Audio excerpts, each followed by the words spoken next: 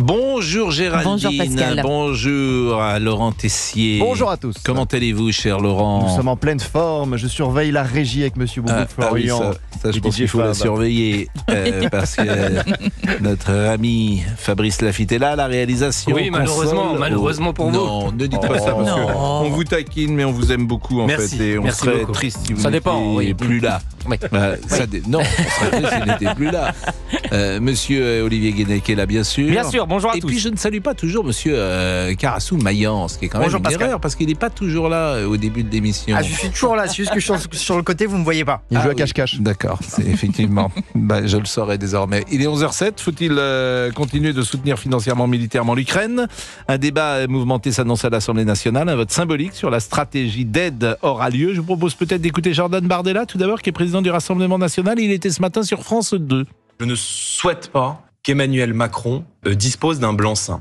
Par conséquent, le Rassemblement national, qui encore une fois est favorable au soutien à l'Ukraine, mais ne souhaite pas entrer en guerre précisément avec la Russie. La Russie est une puissance nucléaire et je pense que l'escalade dans laquelle est engagé Emmanuel Macron est une voie irresponsable, dangereuse, qui inquiète les Français. Par conséquent, nous nous abstiendrons sur ce texte à l'Assemblée nationale. Éric Ciotti, président des Républicains, il était sur Sud Radio. Écoutons-le également. Oui, je voterai cet accord. Nous avons un devoir de solidarité avec l'Ukraine parce que l'Ukraine a été agressée. L'Ukraine défend sa liberté. Le peuple ukrainien est extraordinairement courageux dans ce combat. Donc il faut le soutenir. Jérôme Guedj également s'est exprimé, les députés socialistes de l'Essonne. Il était l'invité de Sonia Mabrouk ce matin sur Europe 1 et sur CNews. On ne s'abstient pas quand il est question d'apporter un soutien qui doit être indéfectible aux Ukrainiens, au gouvernement ukrainien, au peuple ukrainien, qui depuis 2 ans est victime d'une agression qui nous concerne parce qu'elle est sur le sol européen. Et donc, on ne peut pas dire « cela ne nous regarde pas ». L'abstention, c'est une sorte d'indifférence au moment où il faut faire un choix. Cet accord de coopération, nous allons l'approuver, nous socialistes, cet après-midi. Alors c'est un accord de coopération avec l'Ukraine qui est signé sur 10 ans, qui va donc au-delà du mandat d'Emmanuel Macron.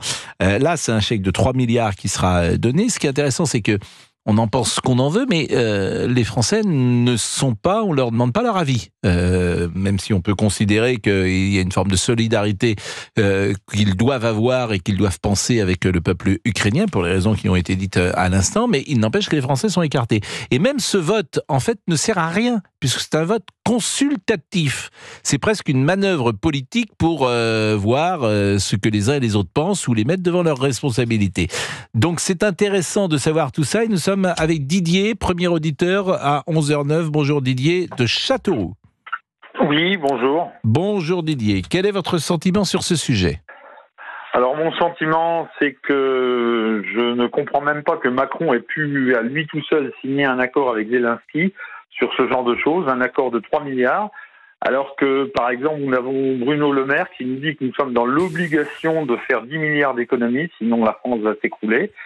La politique de Macron me fait penser à une chanson de Brel, et Macron, on pourrait rajouter le nom d'ailleurs, Macron qui voudrait bien avoir l'air mais qui n'a pas l'air du tout. Faut pas jouer les riches quand on n'a pas le sou.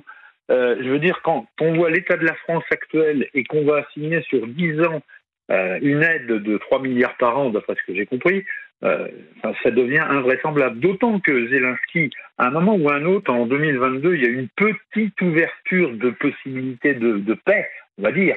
Mais je me rappelle encore, les Français ont la mémoire courte, qu'à l'époque, Zelensky, poussé par les Américains, disait « Tant qu'on n'aura pas récupéré la Crimée, de toute façon, on n'arrêtera pas. » Là, c'est clair. Donc, il est aussi fou que, de toute façon, Zelensky-Poutine, deux fous furieux. Là, le pape envoie un message qui est peut-être un petit peu maladroit. La réponse, c'est jamais l'Ukraine ne lèvera le drapeau blanc. Mais enfin, mais qu'est-ce qu'ils veulent? Faut arrêter avant que ce soit un massacre. Je comprends pas. On est gouverné par des gens qui ont un orgueil monstrueux. Et quant à Macron qui veut faire passer ça à l'Assemblée, là, lui, en fait, c'est à des visées politiques. Il va dire qui est pour De Gaulle et les résistants, c'est nous, Renaissance. Qui est contre, c'est le Rassemblement national, la France insoumise. Donc, en gros, ça va faire qui est pour la Russie, qui est contre la Russie. Je veux dire, c'est n'importe quoi. C'est un jeu politicien. C'est affreux. Franchement, c'est affreux. Je ne sais pas si c'est une question d'orgueil. 2-3 choses quand même par rapport à ce que vous dites. D'abord, par rapport au PIB, on donne sans doute moins, nous, en aide, les 3 milliards, que par exemple l'Allemagne. L'Allemagne donne sans doute plus et soutient sans doute plus l'Ukraine que nous. Après, ils n'ont pas les mêmes moyens financiers. Hein. Ils n'ont pas les mêmes moyens financiers, c'est ça le problème. Hein. Nous, on a un PIB qui, de ce point de vue-là, en pourcentage, notre engagement est moindre. Donc, faut le dire comme ça. Bon, après, c'est vrai que l'Ukraine est le pays agressé par Vladimir Poutine. C'est un pays qui est aux portes de l'Europe, donc il y a une forme de solidarité qui a été mise en place immédiatement. Et lorsque vous parliez de possibilité de paix, la possibilité de paix, c'est pour les Russes, ce serait de rester à la situation telle qu'elle est aujourd'hui. Et pour les Ukrainiens, c'est sans doute inacceptable. Et c'est pour ça qu'il n'y a pas de possibilité de paix. Puisque un accord, ce serait on gèle, si j'ose dire, la situation telle qu'elle est aujourd'hui, et les Ukrainiens n'en veulent pas. Oui, absolument, mais est-ce que la suite ne va pas être pire ? Parce que là, ils sont en train de... Si jamais un autre fou de Trump arrive et qu'il ne veut plus donner un centime pour bien sûr, vous avez parfaitement raison.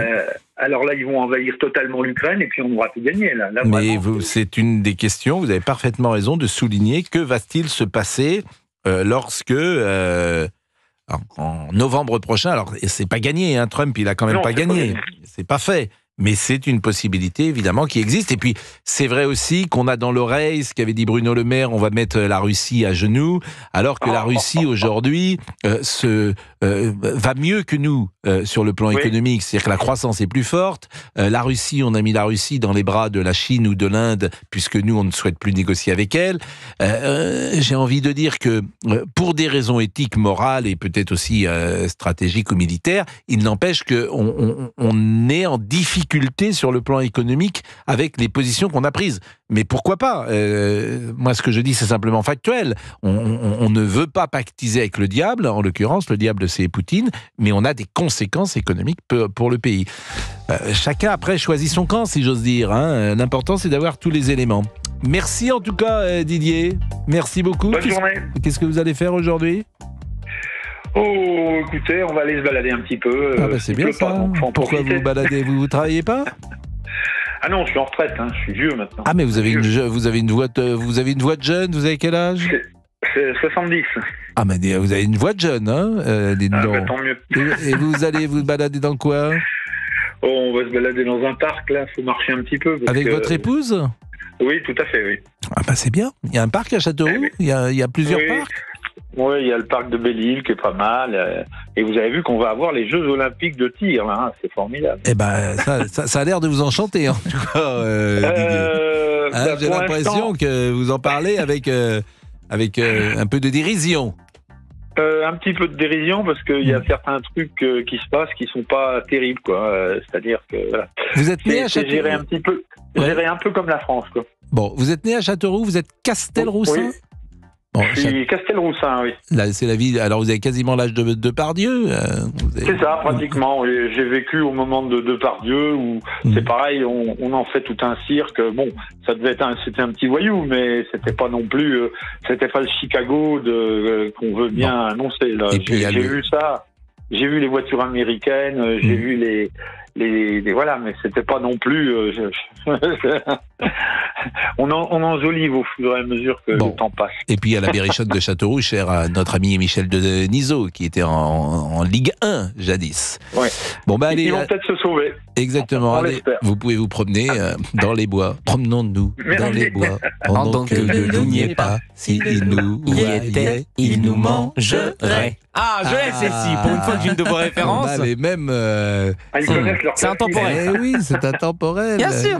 Évidemment. Attention au loup, quand même. On ne devait pas lancer la réclame il y a déjà 3-4 minutes. Un petit peu, absolument. Parce que non, mais là, c'est de votre faute. Attendez, ne tombez pas sur Fabrice. Hein. Oui, bien sûr. Il vous met le petit tapis musical qui veut dire... Est-ce que vous avez trouvé, parce que l'affaire Picasso me passionne. Mais arrêtez avec ce cochon. Mais c'est un cochon qui vend... insupportable, pardon. Mais non, mais pardonnez-moi, c'est un cochon qui a vendu pour 1 million d'euros de toile. Et qu'est-ce faut-il continuer à soutenir financièrement, militairement l'Ukraine? Un débat mouvementé s'annonce à l'Assemblée nationale. On était il y a quelques instants avec un auditeur de Châteauroux. Cette fois, nous sommes avec Patrick. Bonjour Patrick, vous habitez où? Strasbourg. Strasbourg. Bonjour Pascal. Comment allez-vous? Vous êtes commercial. Voilà, exactement. Vous avez 57 ans. Voilà. Quelle est votre position? Il faut continuer à soutenir l'Ukraine. Militairement, financièrement, il ne faut pas arrêter. Il faut soutenir le peuple ukrainien parce que de toute façon, Poutine ne s'arrêtera pas à l'Ukraine. Il continuera, la Moldavie, les pays baltes, etc., etc. Donc il faut lui faire peur de toute façon. Et n'ayons pas peur de ces bombes atomiques parce que de toute façon, il ne les utilisera pas. Ah, vous savez que Poutine n'utilisera pas la bombe atomique. Il ne veut pas mourir avec tout l'argent de toute façon. C'est une information, Patrick. Vous me voilà rassuré. Ce matin, je me suis élevé, je me suis dit, oh là là, si Poutine utilise la... Mais heureusement, Patrick est arrivé de Strasbourg. Mais quelle est votre source d'information, Patrick? Pascal, avec l'argent qu'il a amassé, c'est l'homme le plus riche au monde.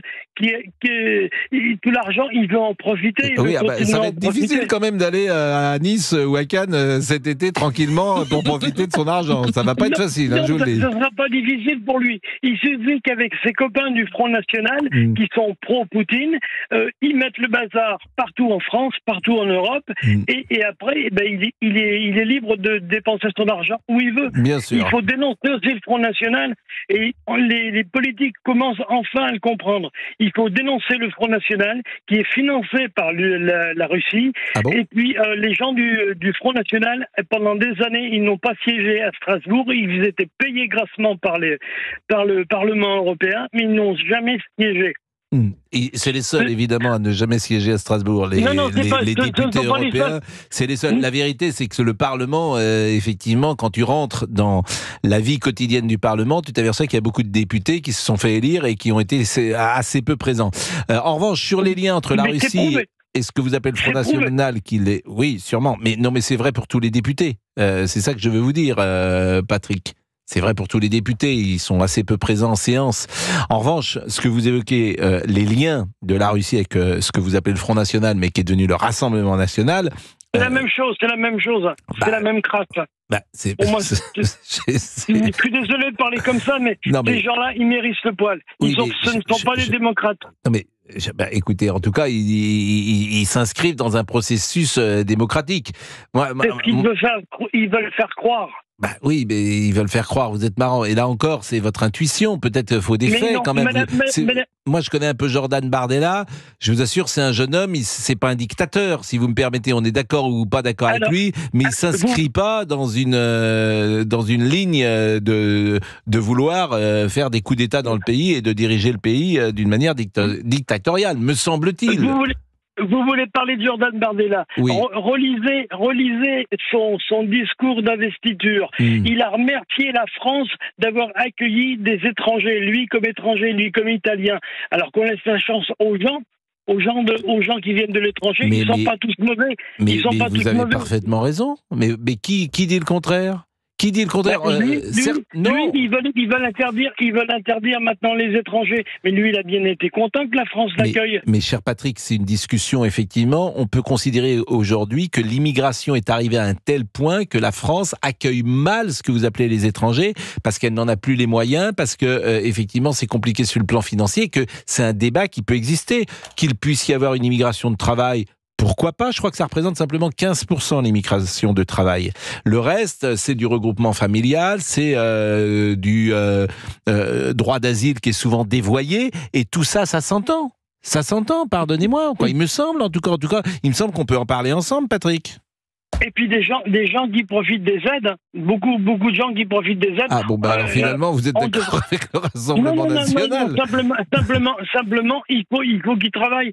Tout travail mérite salaire, et tout salaire, toute indemnité mérite une compensation. Voilà. Et ils doivent travailler pour écrire. On va marquer une pause parce que ça va être le journal permanent. Vous êtes commercial dans quelle activité, Patrick?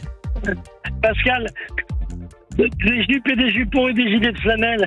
Vous êtes PDG pour des gilets de flanelle? Non, pas PDG, je travaille pour une société. Voilà. Ah oui, vous faites... ce qui est plutôt logique de travailler pour une société, vous me diriez que vous oui, non, mais je suis employé. Donc, plutôt, mais vous êtes plutôt commercial quand même, non? Non. Voilà, tout à fait, exactement. Bon, elle fait des pantalons, des jupes et des jupons et des gilets de flanelle. Elle fait des pantalons, des jupes et des jupons et des gilets de coton. C'est qui encore ça? Jacques Martin. Je frappe au numéro 1. Il faut soutenir l'Ukraine. Oui, ce qui a peu de rapport avec la chanson que je chantais. Vous avez parfaitement raison de me recadrer et d'être un peu sérieux, parce que moi je suis capable comme ça de parler d'autre chose. Mais moi aussi, Pascal, moi aussi, mais l'heure est grave. Non, mais vous avez parfaitement raison. Je pense qu'en plus, il faut soutenir l'Ukraine. Vous avez raison. Après, jusqu'à quand? Comment ça se passe? Parce que je vois pas l'issue de cette guerre, pour tout vous dire. Bon, il est 11h28, cher Patrick, et nous allons stopper cette discussion. Et Émilie Dez, qui va arriver avec son pull européen. Ah oui. Elle a un pull européen? Un bleu. Vous n'avez pas vu? Mais on ne vous l'a pas donné, le pull européen. C'est le pull qu'on donne lorsqu'on est engagé.